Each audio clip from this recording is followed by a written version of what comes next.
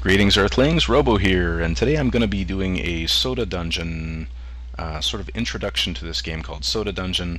It's a cute little game, it's a fun little game. You know, it's just one of these kind of little games that are free to play basically, and you know, they have some fun to offer you. And I think it's definitely worth your time to check it out. It's a game that'll probably give you, you know, some amount of entertainment. It's not a game that lasts very long. You'll probably get through it relatively quickly, which is my main critique about this game actually, is that it kind of doesn't have a whole lot of content. But what content that is there is going to be fun, and it'll keep you busy for a while. So let's just get right into it. Oh yeah, before I get right into it, I just wanted to say shout outs to my friend Ender Monster, and also shout outs to my friend Sarah. You know who y'all are. This video is for you. All right, cool. All right. So basically, what we want to first discuss here with Soda Dungeon is the sodas, the tavern, all that kind of stuff. So basically, what you see in this tavern is things that I've unlocked, right? Now you do that by going to this tavern keeper here. And here's where you would unlock your stuff like the stools. Each stool beyond the first has a 50% chance of attracting a patron to higher tables. Each table has 75% chance of attracting a patron to higher, etc., etc. So you want to just unlock everything. Wizard that can warp you. The armory, this is the guy that, you know, would allow you to buy and sell things. So on and so forth. 5% discount for hiring costs. That's when you're hiring your team. And yeah, a funny thing about that is that there's not really like a permanent team in this group. You basically in this game, you basically put groups together, you send them to the dungeon, and you do it again with a different group. And that's basically how it works. Beds for free, for a fee, refresh your choice of tavern patrons. So you need that in order to be able to re-roll the patrons that are in the tavern. Yeah, this wizard can warp you further into the dungeon. I don't really use them all that much. Well, yeah, I guess I do, yeah. Decor upgrades the look of everything in the tavern. Kitchen, each level gives 2% boost to starting HP. All of these are just ways of just making your group better and just making your game better.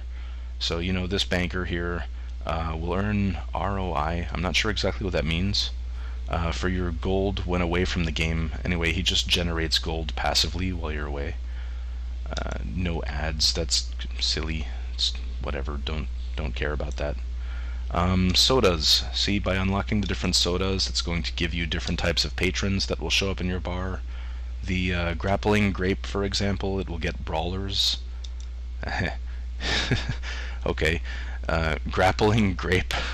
That's silly. Cherry charm. Okay, I see they're going for alliterations with the names. Cherry charm, CC, grappling grape, GG. Haha, I see what you did there, guys. Holy fizz. Okay, so they're not all alliterations. That's cool. Healers will travel miles to find this beverage. You know, so that's it. Like, by getting these different sodas, you get different types of tavern patrons, different adventurers. In the VIP tab, we've got things like this Fury Extreme, which attracts a particular type of tavern patron. It's a berserker. He's cool. I don't think he's necessary ever, but he's cool. You know, you can play around with that. Oh yeah, and it's temporary. Like, when you go to the next dimension, you lose it. So I feel like that's a bit meh, a bit wasteful. Coat. Coat check allows you to save loadout preferences for a class. So example, you set it up a certain way, and then every time you hire a healer, the healer will be equipped with the loadout that you've chosen in advance. That's pretty useful. Stables adds location to purchase and store team pets. Yes, with this you can have pets, you can house the pets, and the pets basically act as group buffs. They will just buff your group. Okay. Gnomes will gather extra essence for you in the dungeon. Essence is very important. It's a thing that you can use to boost certain things about your group. I will show you that in a bit. Inherit. This will, when you go onto a new dimension, it will start you with a little bit of money. It's not all that essential, I think, because it's very easy to farm money in the beginning, and just throughout, really, it's very, very easy. This thing I never got because it's basically, it lets you warp or when you start in a new dimension, you can start further into the dungeon. I would rather start from the beginning, to be honest, so I've avoided this one. Magic well, this will convert spare gold into essence. Again, essence is very important to boost certain things that I will show you all in a moment. Customize the look of your adventurers. Woohoo! Enemy HP always visible. I pretty much just avoided this one. I didn't really care all that much, honestly. Speeds up dungeon progress, the magic clock. Now I did pay $2 for this, and this magic clock basically just it doubles the speed of all the attacks going on. So, you know, for a $2 investment, you know, this game will be faster, I guess. Now in retrospect, I probably shouldn't have taken it, because then I wouldn't have powered through the game so quickly. So I guess you don't need the magic clock, but, you know, if you want to just get through the game quickly, I guess magic clock is the way to go. Not necessary, but for some people would probably want it. I did. And now I'm realizing that I probably would have gotten a lot more fun out of the game had I not done that. So, anyway, food for thought. Okay, tap select. Toggle taps to customize your hiring pool. Don't really care about that. Not to mention it requires some kind of thing that I've not seen yet, so... Alright, so that's the idea. You make your tavern awesome, and then as you go, there are new things that will open up to you. Here we have a store here where you can purchase things with real-life money, just tokens. It's not necessary at all. But if you want to support the designers of the game, you know, you can throw a few bucks their way, and I'm sure they will appreciate it greatly. Alright, so here's those sodas that I was talking about. This every time you complete one of the dimensions, you get a new one of these, and these things buff your group. So it's another way of boosting your group.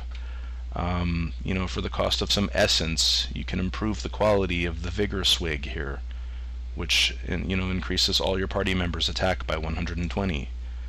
Let's just take another one at random. Let's take this ninja-looking one.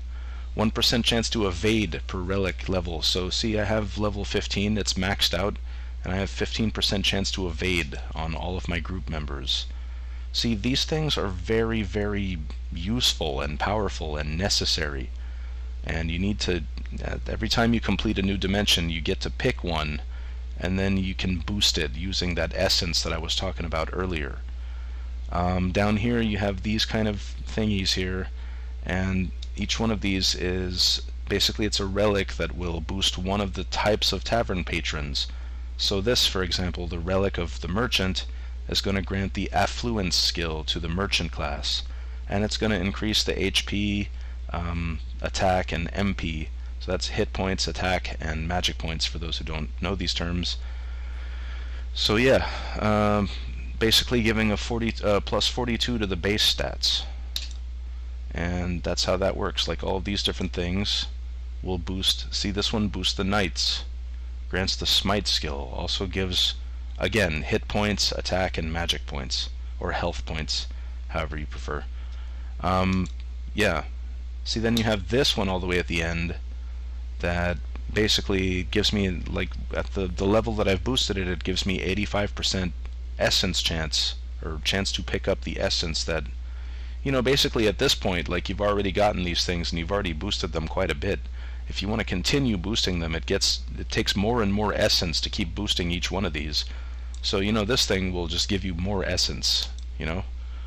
And so, yeah, so all of these things that provide passive and active things to all the different classes, and all of these bottles, you need to sort of keep an eye on these things as you get them, and you need to pay attention to them, and you need to boost them.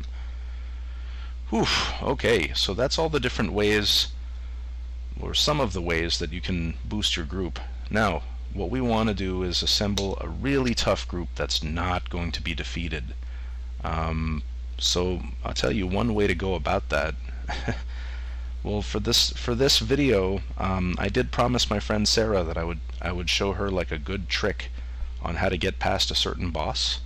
Well, I'm gonna give you the best trick, okay? Because this is kind of almost cheating in a way, but it's not. Technically, it's not, because this is just an option that the game actually provides you. So you want to get a bunch of healers, okay? Because an issue is in prolonged, like very long, extended runs that take forever, going past many, many waves and defeating bosses and things like that, the best way to keep going as far as you can is by not dying. And what's the best way to not die in this game?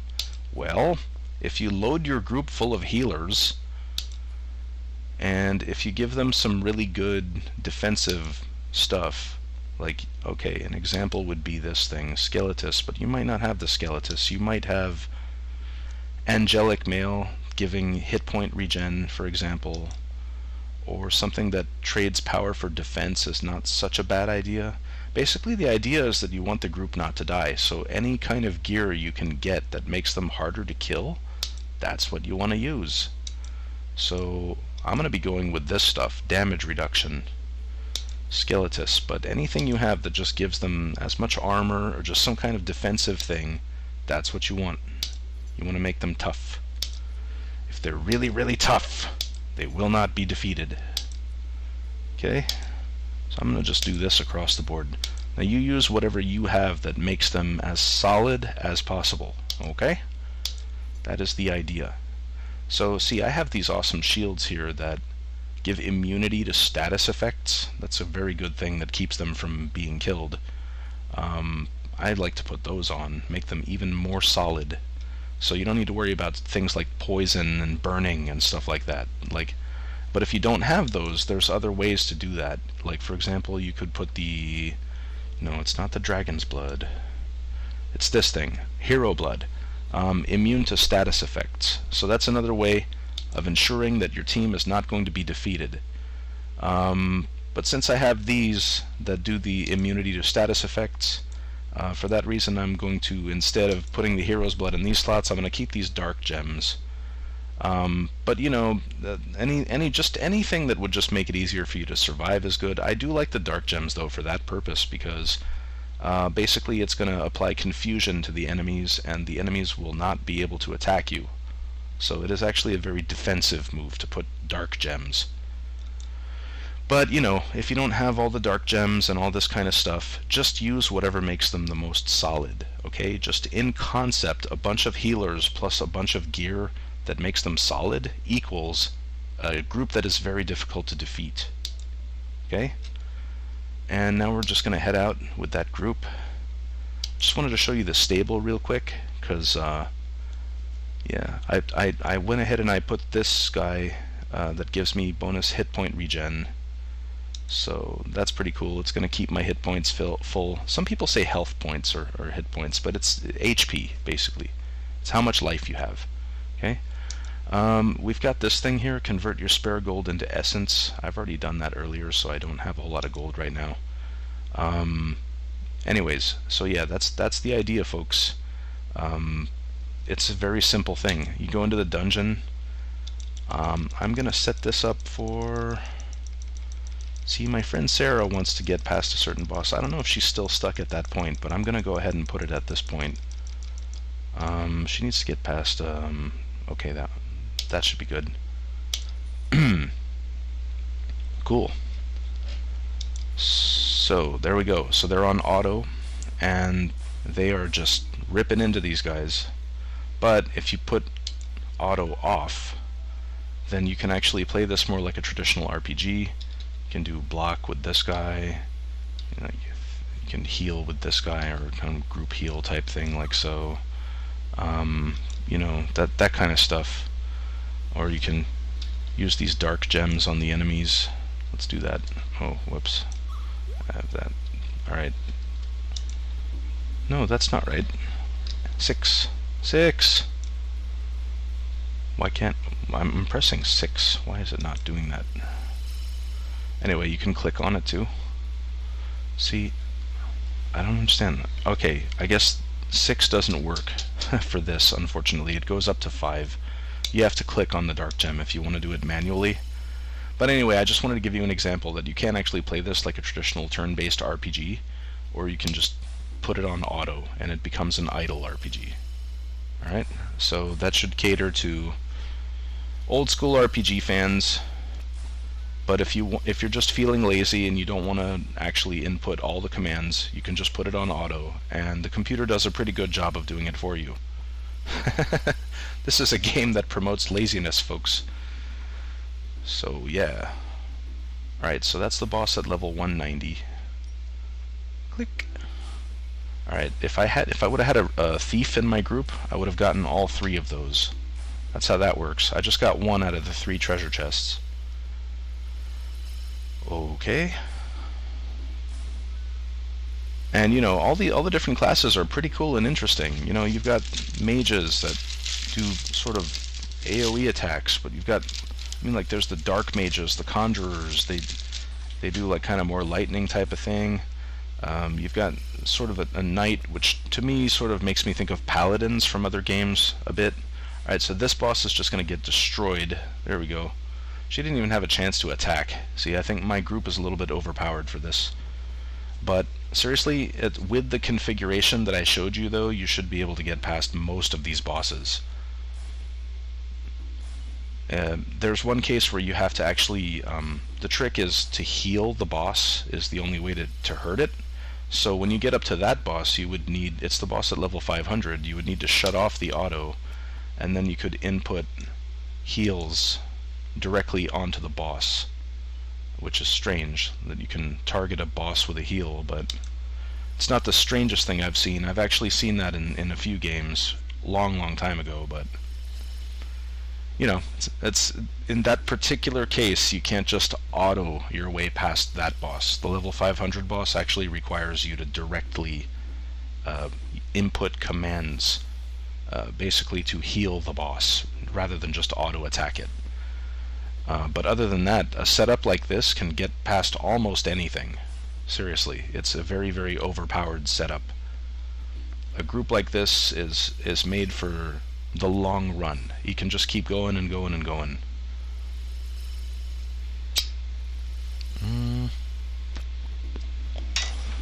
Yep. So that's how that goes. They're just gonna keep killing and killing. I mean, it's seriously, I could sit here for like a good half hour and keep rambling, and they would just still be just wailing away. It's something that's kind of cool, and I don't know, personally I enjoy the whole idle RPG idea. It is kind of neat. Like there's one game that my brother enjoys. It's called Summoner's War, and I believe it works a bit like that.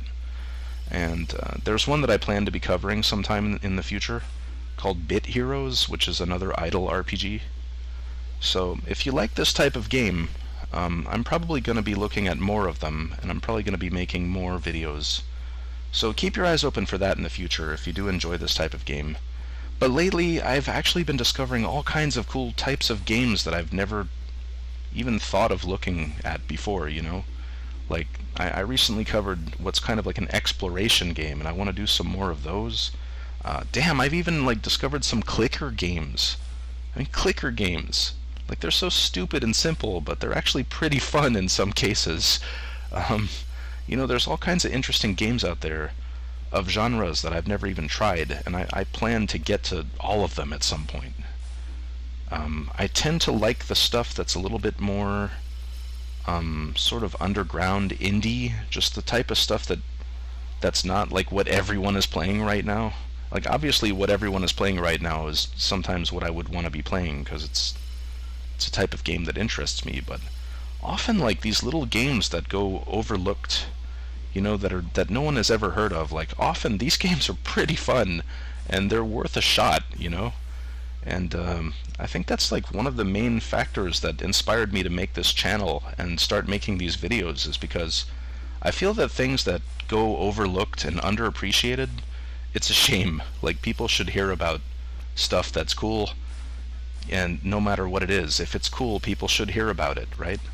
So that's just my opinion. So I tend to look for stuff that's a little bit more obscure, a little bit like, sort of, I guess I like to stick up for the underdog too, I'm that type of person.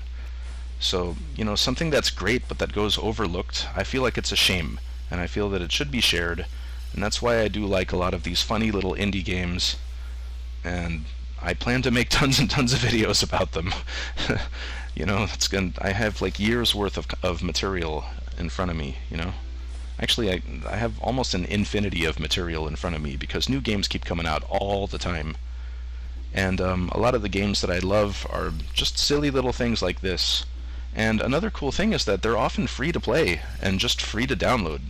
So, win. Like, the price is right. If you can... I remember being a kid and having to go to a store and spend money, like lots of money, to buy one game, and then I might not even have any fun with it a day or two later. I might already be sick of it a day or two later. Now, you can go and get free games that are awesome.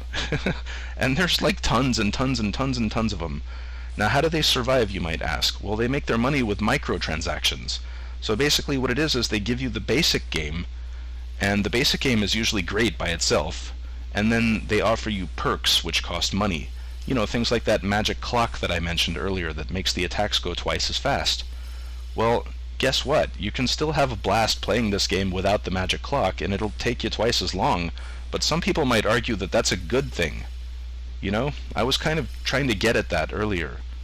So, a lot of people are going to spend the money to get the perks and stuff to speed up the process, but why the hell not just enjoy the free game, and even if it takes a little bit longer, I think that's the point that I'm really trying to make here.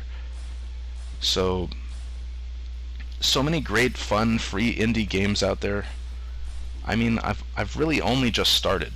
I've just started with this, like about a month ago, and it's like I feel like there's just an infinity of possibilities in front of me, and that just makes me really happy. I love making these videos. I hope you love watching these videos, and I plan to make many, many more of them. And I believe I'm going to wrap it up. I think you've seen what the game is all about. It's a relatively shallow and pointless, but also kind of fun, so that's the important part, is that it's fun. Shallow and pointless, yes, but still very fun, okay? And free, so damn, you really can't beat that price, So I would suggest that you give Soda Dungeon a shot, and have your fun with it, however limited it may be. I suspect it might keep you busy for a few days. Who knows, maybe you can get a week or two out of it. I don't know, maybe. Damn, there might be people who still play this, like years later, for all I know. I doubt it, but there might still be. And that's that. So that's been my introduction to Soda Dungeon. I'd say give it a shot. Again, the price is right. And at the very worst, if you don't like it, just get rid of it. Just that simple. Alright, so again, shout outs to Ender Monster and Sarah. Love you guys. And love everybody who watches. Y'all are wonderful. And I just hope to see you in the future sometime. Alright, so everybody just I don't know what to say. I guess just thanks for watching. Everybody take care, and I will see you in the next one. Alright, bye now.